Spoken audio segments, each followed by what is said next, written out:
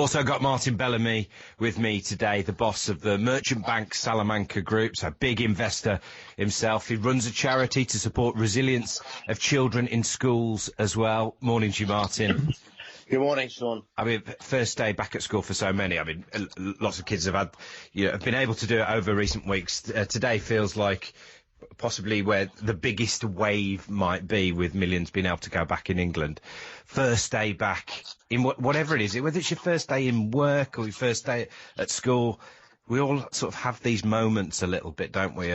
I was reminded, as I was wandering in this morning, I was thinking, what are my first day sort of regrets, or how do I feel? And I remember when I used to work in finance in my first job out of university. And as a 21-year-old, I was asking sort of people I knew who worked in it, what should I do? What should I wear? Everybody told me to be myself.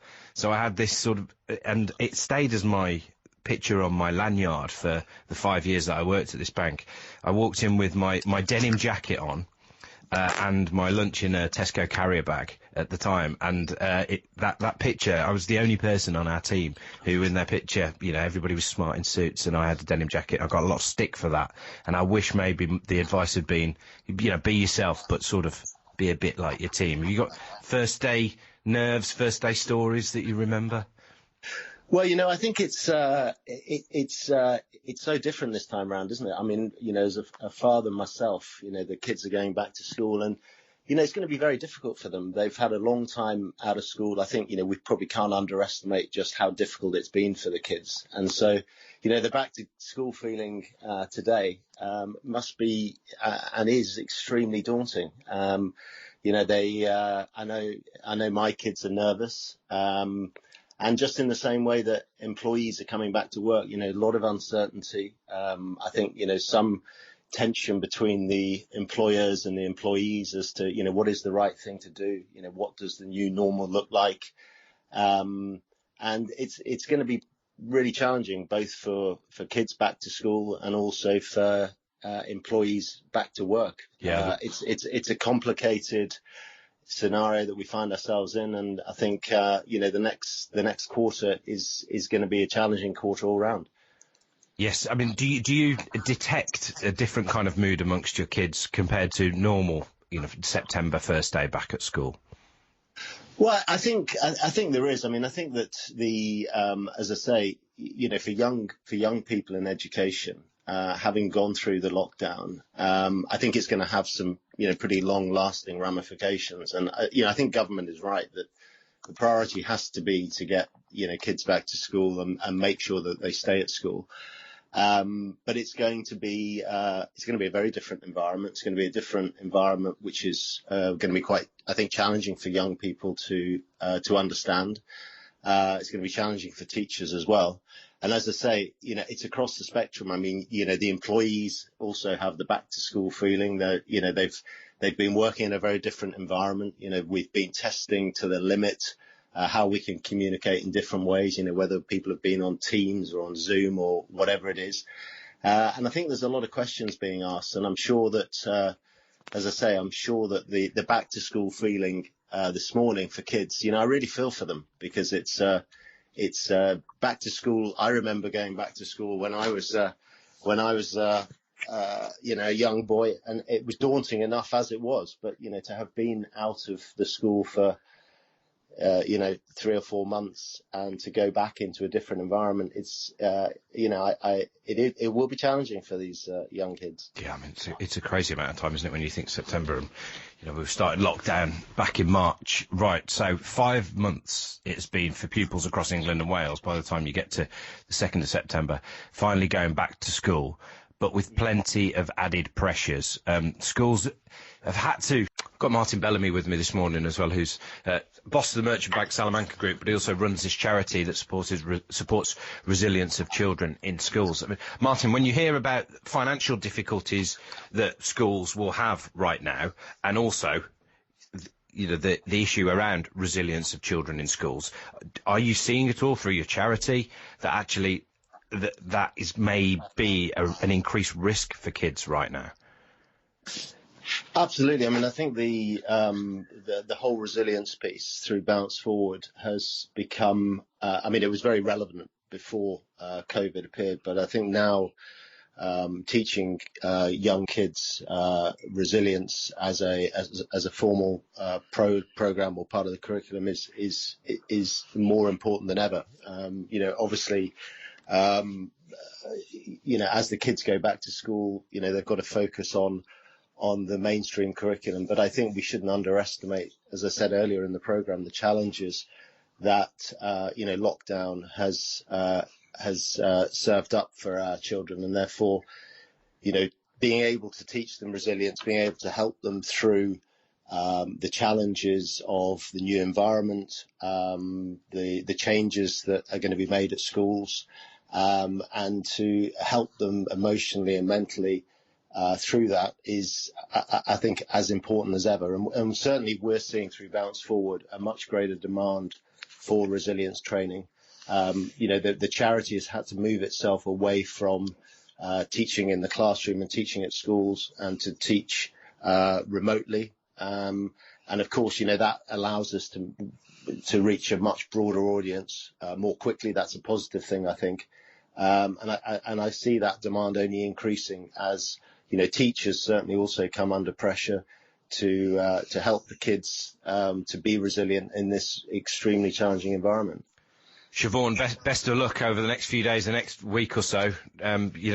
All those plans that you have in your head, when they come into reality, is with us this morning, the boss of Salamanca Group. I mean, Martin, you're a big investor as founding this Salamanca Group, but also you're the boss of this company called Gravity, and which is the idea about having sort of smart campuses, as you call them, places where lots of companies can be at once, but doing it in a environmental, economically social. I'm just sort of reading your blurb a little bit there about what you're trying to achieve there. When you see a company like Tesla, going hell for leather, share prices at the minute anyway, and it's certainly the one electric car company that captures a lot of people's imaginations.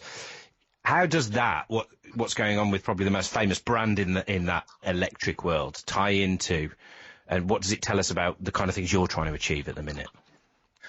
Well, I think you can see why Elon Musk is going out to raise, this $5 billion. Only a month ago, the target was $2 billion. But, you can see that Tesla's share price has absolutely soared.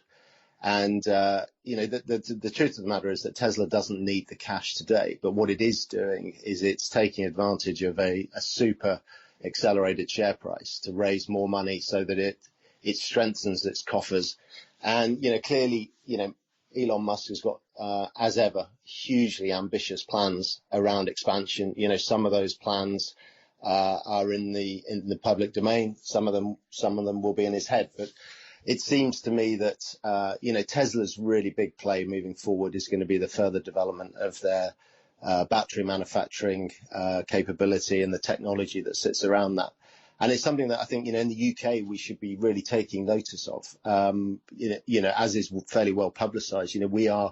I think it's fair to say we're hugely behind the curve in terms of our own manufacturing capability in this country. We desperately need to be building gigafactories like Musk is around the world. We have no such facility in the UK at the moment. And what do gigafactories do? Well, gigafactories come, obviously the phrase was really coined by Tesla. They have gigafactory operations in Nevada. They're building one in Texas, as we all know. They're building one in Berlin. But really, these gigafactories are there to mass produce lithium-ion batteries for their own electric vehicles, and in some instances also to assemble the cars adjacent to where the batteries are being manufactured. And it's something that we absolutely desperately need in the UK. And our own site down in the southwest near Bridgewater, which is the 650-acre Gravity site, we would desperately like to attract Tesla there. There's a rumor that Musk has already visited the site.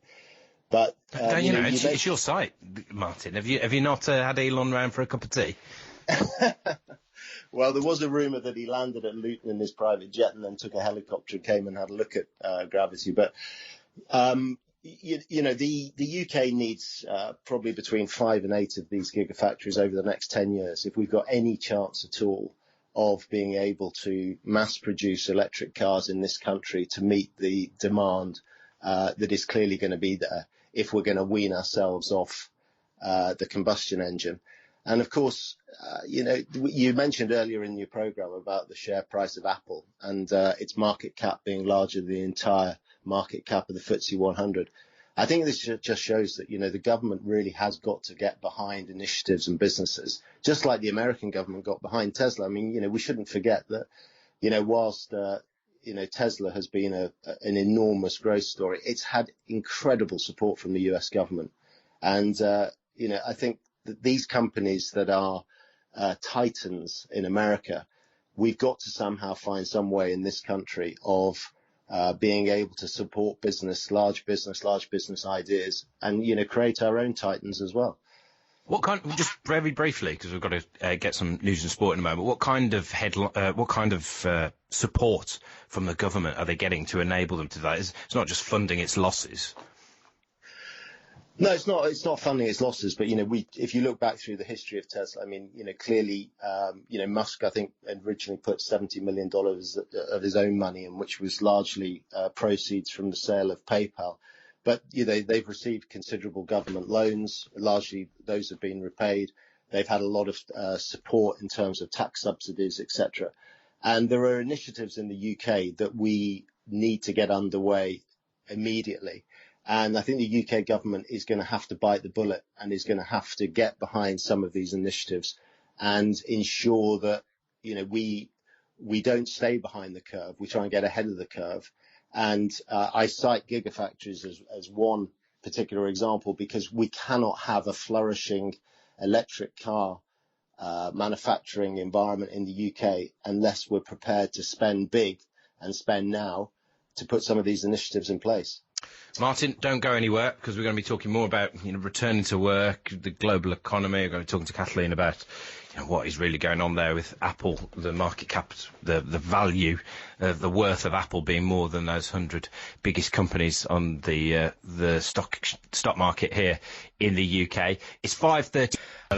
Big thanks as well to Martin Bellamy, who's been with us over the show, chairman of Salamanca Group, and a big investment bank, doing lots of other things as well. Should we say thank you to Rachel Burden for being here once?